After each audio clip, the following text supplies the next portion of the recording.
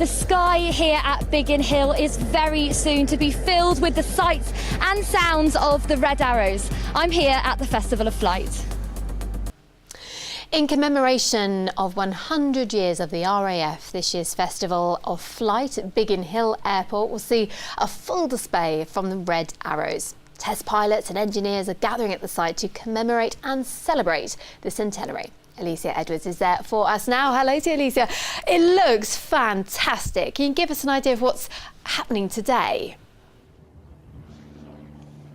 It certainly is, Katie. Lots of people are gathering here this lunchtime, very excited to catch a glimpse of the Red Arrows. We're going to be flying in just under an hour's time now, doing a flyover here. But there's lots more to see here today, with Hurricanes and Spitfires taking to the sky, and lots of reenactments happening as well today for people to enjoy. But perhaps the most exciting thing happening today is, of course, the flyover from the Red Arrows. And I'm joined by one of the pilots now, Mike Bowden. Thank you so much for being on the programme this lunchtime. What can we expect to see from you today? Well, you'll see one of our Red Arrow shows, so it's going to be exciting. There's great crowds. The weather's looking good. So, yeah, one of our full shows, about 22 minutes of Red Arrows excitement. What is it like being a Red Arrows pilot? Yeah, I mean, it was a childhood dream for me. It's something I've wanted to do my entire life. And to actually get here and do it, I still pinch myself now that I'm wearing this red suit, and it's incredible. I mean, getting to go upside down, close to the ground, in front of massive crowds, and doing that all around the world and representing the UK ultimately is it's really exciting. And what's the trickiest manoeuvre to do in a Red Arrows plane? There's lots of, I mean, you say tricky, it's all quite tricky in terms of flying 6 feet from another aeroplane. There's 9 of us flying 6 feet apart from each other, and ultimately we're not really looking at each other other than the lead aircraft. So the biggest trick in a way is having the trust in each other that we're all going to do the right thing at the right time. There's lots of individual manoeuvres that are a little bit more demanding than others, but ultimately it comes down to training, and they're all exciting and all have their unique parts to it.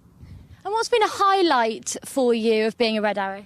Highlight, there's been so many, you know, having family and stuff at a show is one at home, but then getting to take these jets all the way around the world, as far as China, 22 stops to get the aircraft all the way to China, and being the first military display team to ever be there, invited into the country and displayed to them, was quite something. So, yeah, a huge part of my career. This is your aircraft, your name on the side. Tell me a bit about it. Yeah, I mean, ultimately it's the Queen's, but I like to call it mine. It's great. The fact it's British built, you know, it's built by BAE Systems. It's got a Rolls-Royce engine in it. It was brought into service as a training aircraft, so actually to teach guys how to fly fast jet aircraft before they moved onto the front line.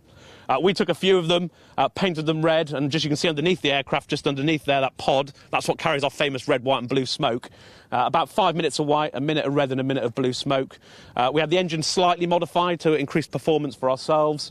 And that's it. I mean, it's a training aircraft that we modified, and it's just a beautiful aircraft to fly compared to a frontline aircraft that's quite heavy and carries lots of munitions.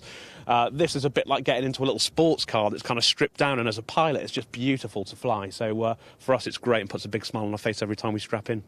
As you said, growing up, you had ambitions to fly this aircraft. What would you say to a young person looking to do this themselves? That's probably the biggest part of my job I see. I was inspired by the Red Arrows as a little boy.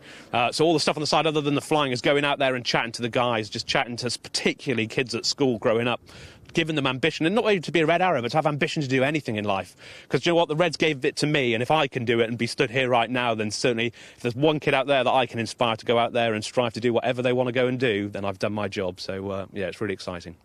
And what can we expect to see from you guys here today? Yeah, I mean, ultimately a bit of time on the ground, but the show will happen at 1:30. You'll see lots of hustle and bustle. If you're still around here in about 20 minutes, you'll see all of us guys strapping into these aeroplanes, starting up, taxiing out. We'll go and position ourselves ready for the show. 22 minutes, kind of split into 2 halves. So a first half of lots of big shapes made of 9 aeroplanes, and then the second half of the show is more dynamic. So lots of head-to-head passes with about an 800 to 900 mile an hour closing speed, passing with 100 feet of each other with up to 4 aircraft. So it's pretty exhilarating. So, yeah, look out for it. Very much looking forward to seeing that. Thank you so much, Mark. We'll let you get on with flying now. Yeah, I'm going to go and brief, so we'll see you soon. Thank you so much. Thank you. And if you'd like to see this for yourself, you're not down here today, it's also going to be happening tomorrow as well.